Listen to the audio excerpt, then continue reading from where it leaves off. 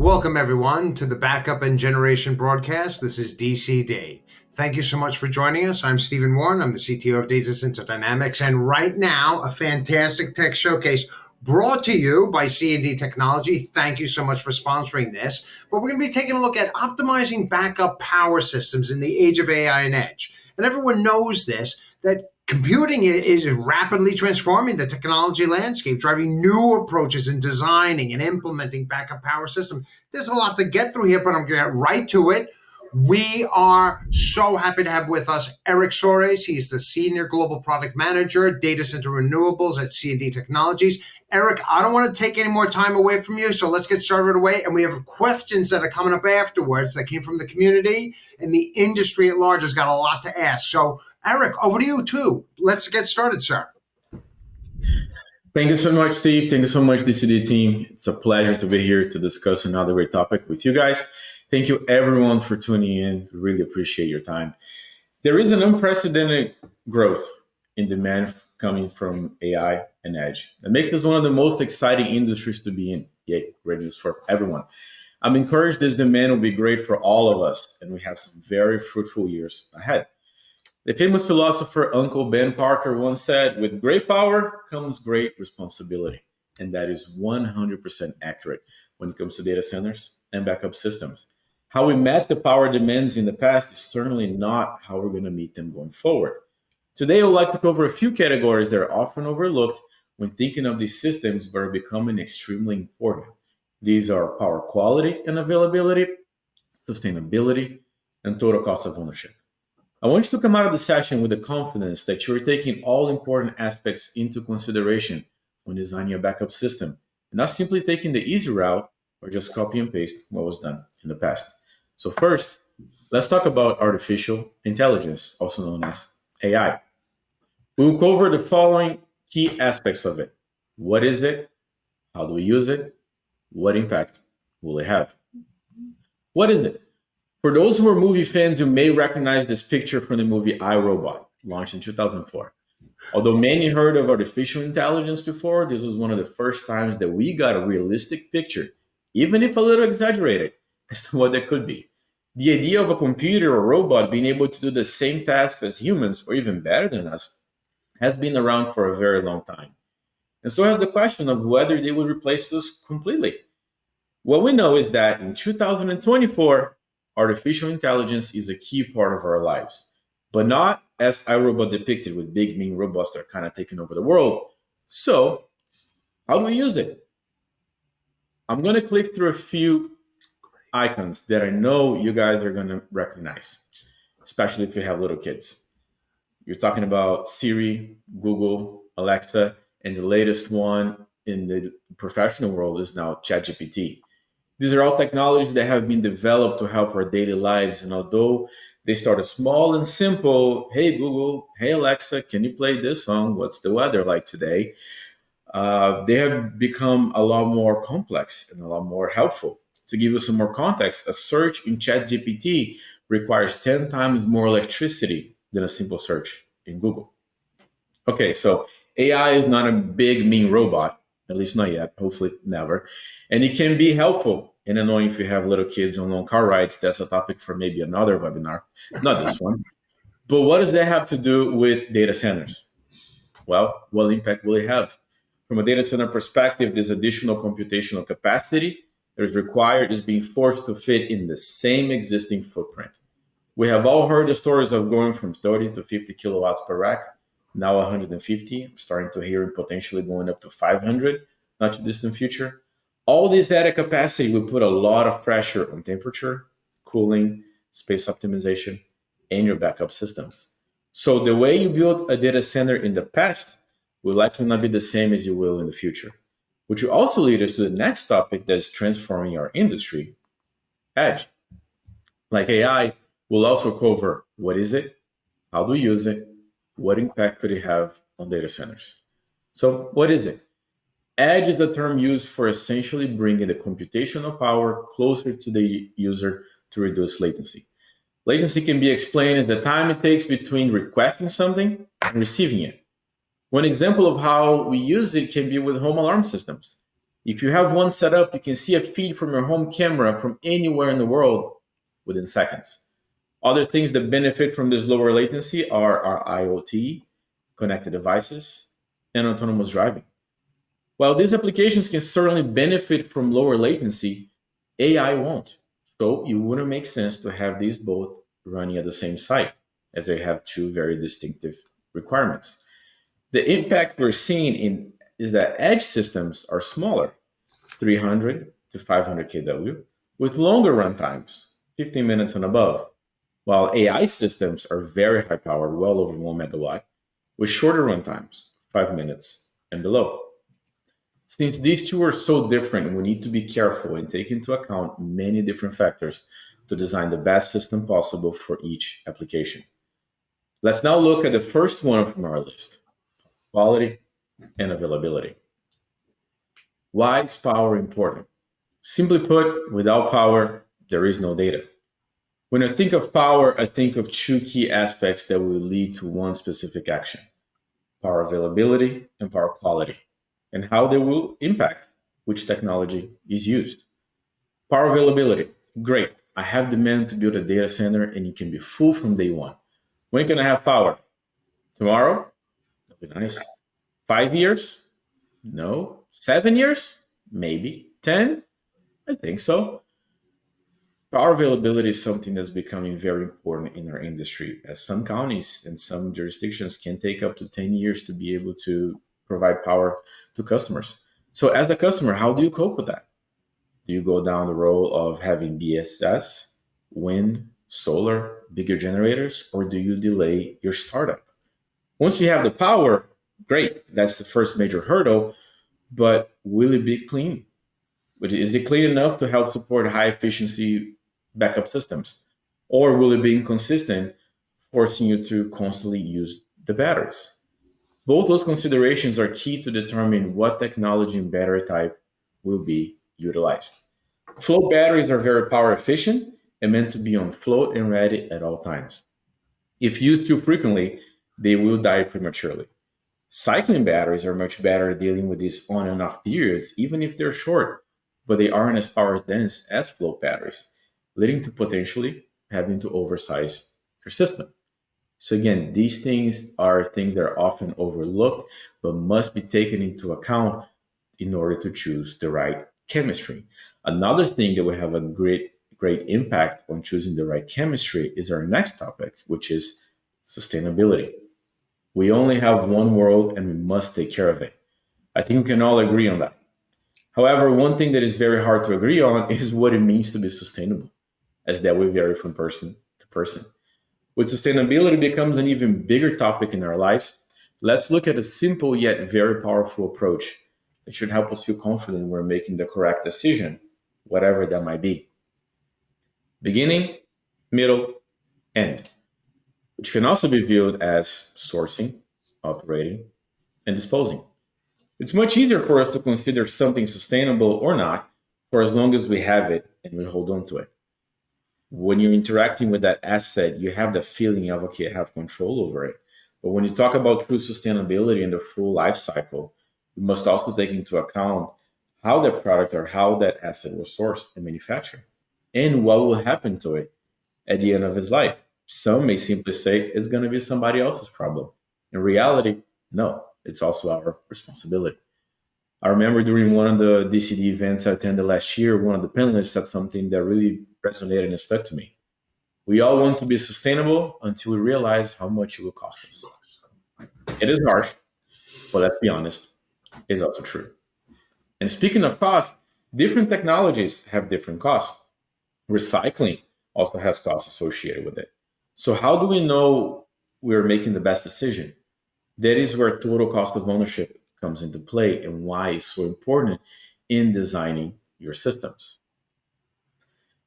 What I'm about to say will likely resonate with all of us and in many different ways, but there's always someone who could do it cheaper. It's tempting to look at how much money we're paying today, making that a priority over the cost of the entire life of the asset. At times, different companies will give procurement different directions based on specific circumstances. But as much as possible, we recommend all customers to take a holistic TCO approach. TCO meaning total cost of ownership. TCO is a great tool and very comprehensive. However, in the wrong hands and if misunderstood, it can lead you down the wrong path. When thinking of a backup system, there are three categories that must be taken into account and a bonus one. They are installation, think of it as CapEx, maintenance, think of it as OpEx, replacement, also categorized as OpEx, and the bonus one, disposal. Let's now look at what goes into each one of them into a little more details. First of all, installation. We're talking about cabinets or racks, depending on how you're gonna house these batteries. We're gonna talk about the batteries themselves, the labor costs, typically calculated or provided per string from one of your service providers to install those batteries. These are also known as day one cost or even day zero cost. Then once the system is up and running, you have to maintain your system. What are some of the things that go into that? How much maintenance is required?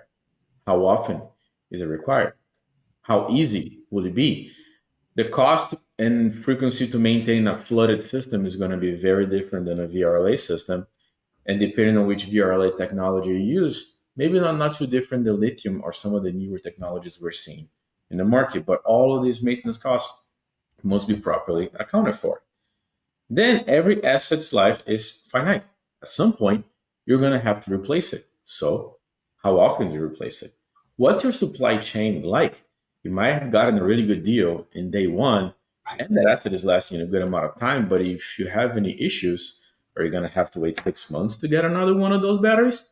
Or can you get one in 4 weeks? What's the lead time? What's the ultimate cost for the replacement? If you're replacing like for like, it's easier. If you're upgrading, is there a cost penalty or a cost benefit for making that technology change halfway through the life of the UPS system, for example? And the bonus one, what will happen at the end of life? Who will take care of it? What will be the cost associated with it? Again, these are all things that are very important and must be asked and taken into account when looking at this total cost of ownership model. So we started off our presentation talking about AI and edge. We've also talked about how AI systems are typically higher power, shorter runtime. Edge systems typically less power, longer runtimes. So how do these two impact your TCO calculations? We're going to go through two examples that we're seeing, clear examples from the market. And we have selected 4 different technologies for this. From C&D, we're going to go with the Pure Lead Max, which has a standard 8-year warranty. Samsung Lithium Ion, standard 10-year warranty. Nickel Zinc, standard 10-year warranty. And an alternate lead acid battery, standard 3-year warranty. Think of this as your entry-level everyday batteries. Something very important to mention. Batteries will be replaced at the end of the standard warranty and maintain a 77 degrees Fahrenheit or 25 C. Why replacing the standard warranty? Changing when you replace the battery is one of the biggest ways that you can impact the TCO and its results, and something that's often hidden from customers as they are presented TCO models. We do believe that the only honest and fair way to compare amongst the technologies is to look at standard warranty. That's what's being standard offered to the market. That's something you can hang your hat on. From that point on, you can at least have a strong baseline before you start making tweaks in terms of life. So what do the examples look like? First, covering the AI system example, Pure Lead Max, total cost, initial installation, replacement, and maintenance, exactly the 4 key buckets that we covered on the previous slides. You can see here in this example, C&D, the Pure Lead Max is more advantageous than the lithium ion in total cost, and is more advantageous than nickel zinc. Yes, there is a pure lead technology in the market now that can rival some of these new technologies in terms of life. Initial installation, CapEx, your day one cost, you're also saving money. These systems, from a VRLA pure lead perspective, are cheaper than lithium and other technologies. When it's time to replace, you only have to replace the Pure Lead Max one time because of that standard 8-year warranty, while you still have to replace lithium and nickel at the end of the 10 years. And yes, from a maintenance perspective, newer technologies typically require lower maintenance is typically cheaper. But when you go back and look at the total cost, it still makes sense. Next example, edge system, smaller system, longer backup. Now, instead of comparing the Pure Lead Max with lithium ion and nickel zinc, we're going to change things a little bit more. We're going to go into the mind of the people who are more focused on the cost, on how much money is it going to cost me now. That's why we're now bringing in the alternate VRLA battery, your typical 3-year warranty. You can see again, total cost of ownership. Pure Lead Max is still proving to be an amazing product and an amazing technology. And yes, look at initial installation. It is cheaper to buy a lower battery up front, those 3-year warranties, or maybe 4-year warranties in some cases. It is cheaper in day one. But look on the replacement side. All of the money you saved on the initial installation, you're now having to pay because you have to keep replacing the battery. Yes, your CapEx team might be seeing you praise and say, yes, we came in under, we're good to go. But your OpEx team is like, why do you have to change these batteries every 3 years? There's so much time and effort and bureaucracy and risks associated with changing batteries. Did you potentially stop the entire data center if something goes wrong? So that initial savings is actually costing you a lot more on the replacement side. And then maintenance, now we've flipped it. Pure Lead Max is better maintenance than some of the more traditional batteries. So when you put all of these together and look at it from a total cost of ownership perspective, Pure Lead Max is a very strong case that can provide you savings in terms of total cost, initial install, replacement, and maintenance. However, these are just 2 systems, 2 examples that we used. If you guys want to know more, if you want to see what it applies to you, what it will mean for you, come talk to us. Reach out. We would love to sit down and do these calculations and make them very transparent to better show how you can save money in your particular situation as well. So we covered a lot during today's presentation. It's clear that we're all excited for AI and edge, and I'm confident that you would now have a better understanding of how power quality and availability, sustainability, and TCO should be taken into consideration during your decision process. Thank you so much for coming, for taking your time. But before I go, I want you to leave with something very important. How many ways do we have to design a system? Many. How many factors must be taken into account to design a proper system? Many. How many decisions do you need to make right now to start improving everything? It's simple. 1. That's an easy one. Let's work together. Our team is available, whether you want to go down into more details in terms of technologies, develop these custom TCO calculations for your applications, or even just discuss sustainability. Our team of experts is here, happy to help you in any way that we can. Thank you so much, and back to you, Steve.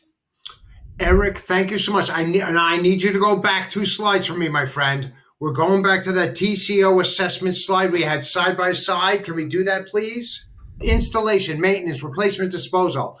2 big things. Number 1, Erick, we've got a lot of questions that come in, and you hit a lot. So I'm going to say, folks, get those questions in. Number 1, how do you transition? And you said it. These are distinctive requirements.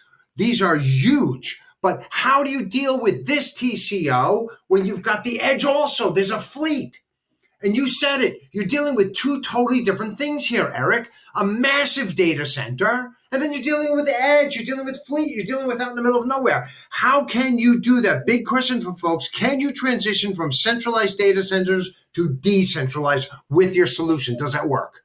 Yes, you can. Yes, it works, because there's no such thing as a one size fits all. Just like there's not one battery that fits every application, you have to understand what is that application intended to do. Then sitting down with a very good partner that has the breadth of capability to say, for your AI powered systems, you need to go with this set of technologies, and these are the benefits you're going to get. For your edge stack, you go with these other ones because they offer you these types of benefits. But the key here, the 2 key things that I want to hammer home is there's no such thing as one size fits all. Trust your partners. Trust but verify. When your partners tell you which direction to go, ask them to share all the details. Now I'm going to hit you with the next one, which is a lot of folks have asked us, how do I work with you? Really, you took me through so many different changes that very often it's kind of like the backup folks are the last people to talk to, and you're now the most important. Erick, when do I work with you? Do I kidnap you now or later? Now, if you haven't reached out to us yet, you've waited too long, please reach out to us now. Again, once it's not just about being included when you have an RFP. There's a lot of benefit that the partners and battery companies can add by being involved in the front end to help you design the system, not only for what you need today, but for what you need in 5, 10, 15 years. Incredible. Erick, thank you so much. I've got to say, to C&D Technologies and to you, Erick, much appreciation for all you do. And I'm going to say, folks, reach out fast because honestly, we're dealing with so much right now. You've got to have that TCO help there that C&D has created. Folks, also make sure that you get in your questions. Take a look at all the fantastic resources on C&D. They're wonderful. And with that, this episode is going to be on demand. Don't forget to tune in tomorrow. And with that, to you, Erick, and to everyone at C&D Technologies, thank you so much for your time.